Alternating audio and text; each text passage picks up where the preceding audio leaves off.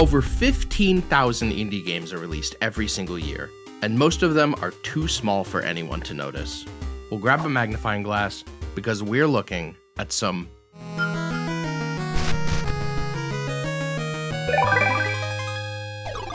Welcome to the very first episode of Itty Bitty Indies, a series where I plan to highlight indie games that are small, both in length and in player count.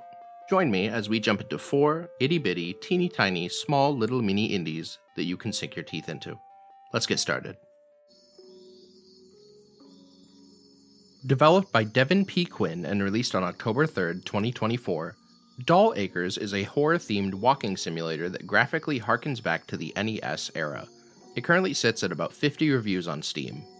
You find yourself dropped into a forest clearing, only given the message, "You strayed from the path. Now you are doomed to wander the woods." Strange things happen in these woods. Corpses lie scattered across grass, often in strange, unexplainable positions. Some of them aren't quite dead. Most of the people you see have given up on wandering. They simply pick a clearing to lie down and die in. And some of them are just these guys. I'm a dirty little hole boy. Big stepper. We got a big stepper over here. The deeper you wander, the stranger the happenings become. Reflections that don't make sense, people cut in half yet still living. People warn you to watch the trees. They talk of them as old gods that existed long before man and ruled over the world in a still silence. Eventually you stumble into a room that simply houses the title, Doll Acres. And after that, the woods become barren. Nothing but rows of trees and the sounds of your own footsteps. I love games where you just sort of wander around a spooky area and stuff happens. Love, love, love it. I will slurp up that atmosphere in a big gulp. I can just imagine this game being an NES cart you find in an old attic. Something would be the focus of like a 2011 creepypasta. Hey Reddit, I found this weird NES game in my attic. And now I keep hearing sounds in the woods. And maybe there is more to this game than meets the eye. Maybe there's a deeper story that I'm simply not able to piece together. I guess you'll have to download it yourself and see. Interesting. Batography is a very, very simple, very, very short game developed by Spork Tank for the Godot Wild Jam and released in January of 2025. It currently sits at about 442 Steam reviews. You play as Bit, a little bat who wants to use their grandpappy's camera to take a picture of a full moon.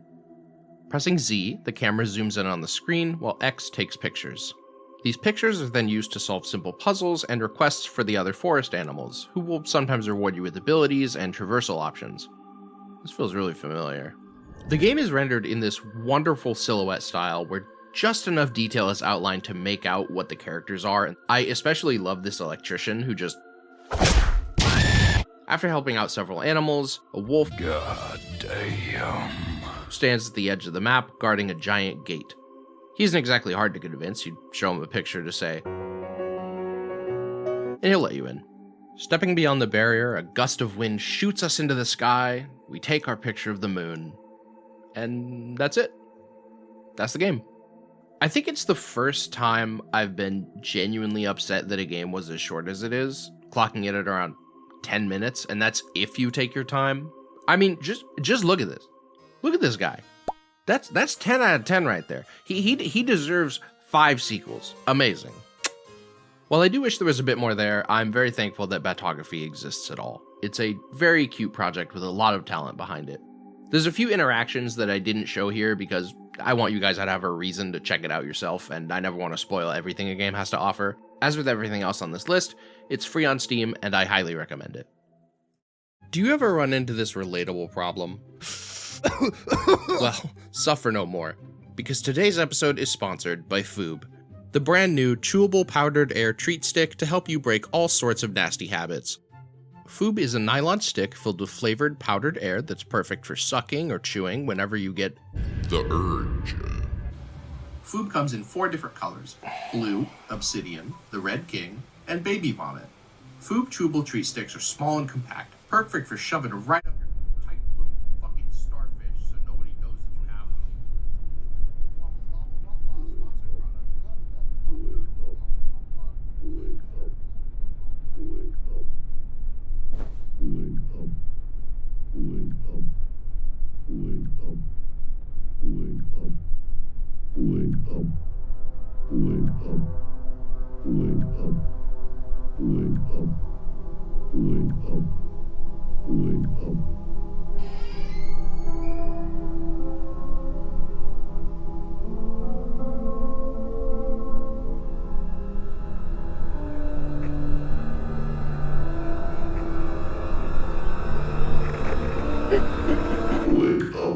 Thank you to Foob for sponsoring this video. The New Flesh is a collaborative project between the band Red Vox and developer Freshly Baked Games, released on June 1st, 2025. The game acts as a sort of playable music video to accompany their album Retcon. It's probably the most popular of the games I'm touching on today, sitting at around 2,000-ish Steam reviews, and it's also trippy as hell in the best way. We awake... Fucked up. Kill me. We awake on the couch in our small apartment, flicking through the channels on the television. A knock comes from the front door and a VHS tape slides in from underneath. We get a sick-ass music video, but the music is copyrighted, so The tape fades into a shimmering static as the shape of a man in a trench coat grows closer, until he's right in front of us. Recorded to VHS. Memories. Lives. Bring them to me. And so we have our mission. The city we find ourselves in is strange. Ghostly figures seem to shimmer across our vision. Cars, people, what appears to be a crashed train. Static memories that fade before you can touch them. Televisions litter the landscape, piled up in corners and sitting in trees. More of them than should reasonably exist in one place.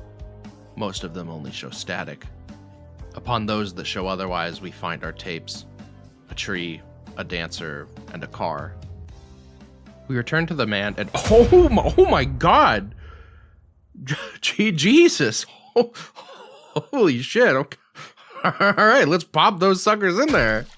As a third tape enters his tape hole, his head contorts into a bloody mix of metal, glass, and bones. His skull becoming the case and his face the screen before the television consumes the rest of his body and it thuds to the floor. And then a kitty cat crawls out and goes, meow. The cat makes a similar request to the man.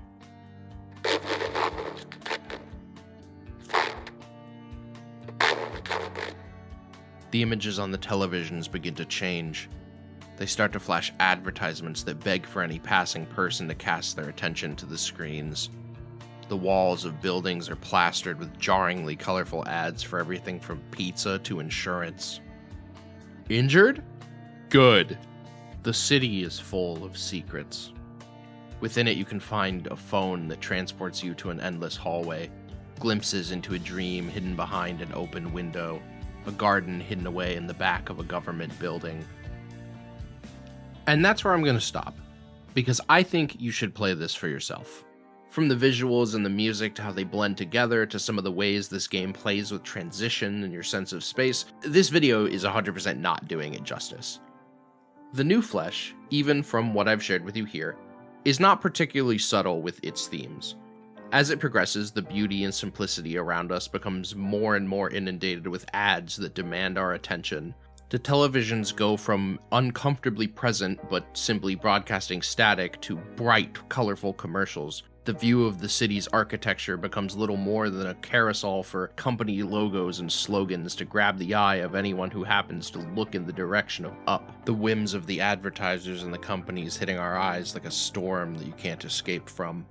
And it gets a little more blatant from there. Overall, The New Flesh is a wonderful collaboration and just a really, really cool piece of artwork. It reminds me a lot of Radiohead's Kid Amnesia exhibit, and projects like that are just, they're so rare and so cool to see. Now, I don't know how much of Redvox's music I'll actually be able to use in this segment due to copyright bullshit, but consider checking out the album Retcon if you have time. Find 100 Ducks and Blast Them was developed by Welcome Back Games and released on March 5th of 2025, and as of writing this, it sits at just over 1,000 Steam reviews. And honestly, 10 out of 10. 100 out of 100. Perfect game.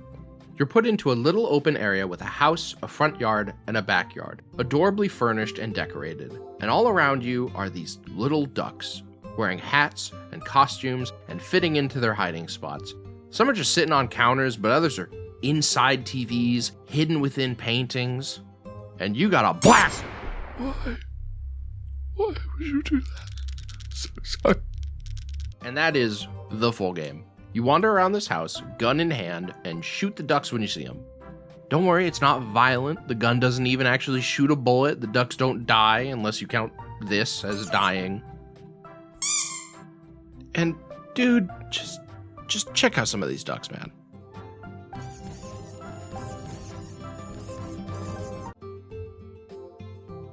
I stumbled across this game and beat all 3 levels of it over a few play sessions of about an hour apiece, and honestly, it might be one of the most chill, relaxing games that I've ever played, and I loved every second of it. It's cute, it's simple, it's just challenging enough that once you get to those last few ducks, you're finding yourself going, "Why didn't you come out? Come on." My only real complaint is that I wish there was more, is what I was gonna say until the sequel released while I was working on this video. Like a gift bestowed upon me from heaven itself. A little kiss from Jesus. If this sounds up your alley, please go download this game on Steam. Just like the rest of the games I talked about, it is 100% free, and if you enjoyed the first one as much as I did, maybe buy that sequel so they make a third one. It'd be pretty good. There you have it. 4 itty bitty indies. If you stuck around this long, thank you so much for watching. I plan on having this be an ongoing series on this channel, something a bit more laid back, shorter, just sort of fun. The goal is to be able to make these with more frequency than the usual videos, so if you liked this, consider subscribing, because there's going to be more of these. And if you have any games you'd like to see me cover, let me know in the comments. Short games that you stumbled across, or even games that you made yourself. I'd love to hear about them. See you guys in the next one.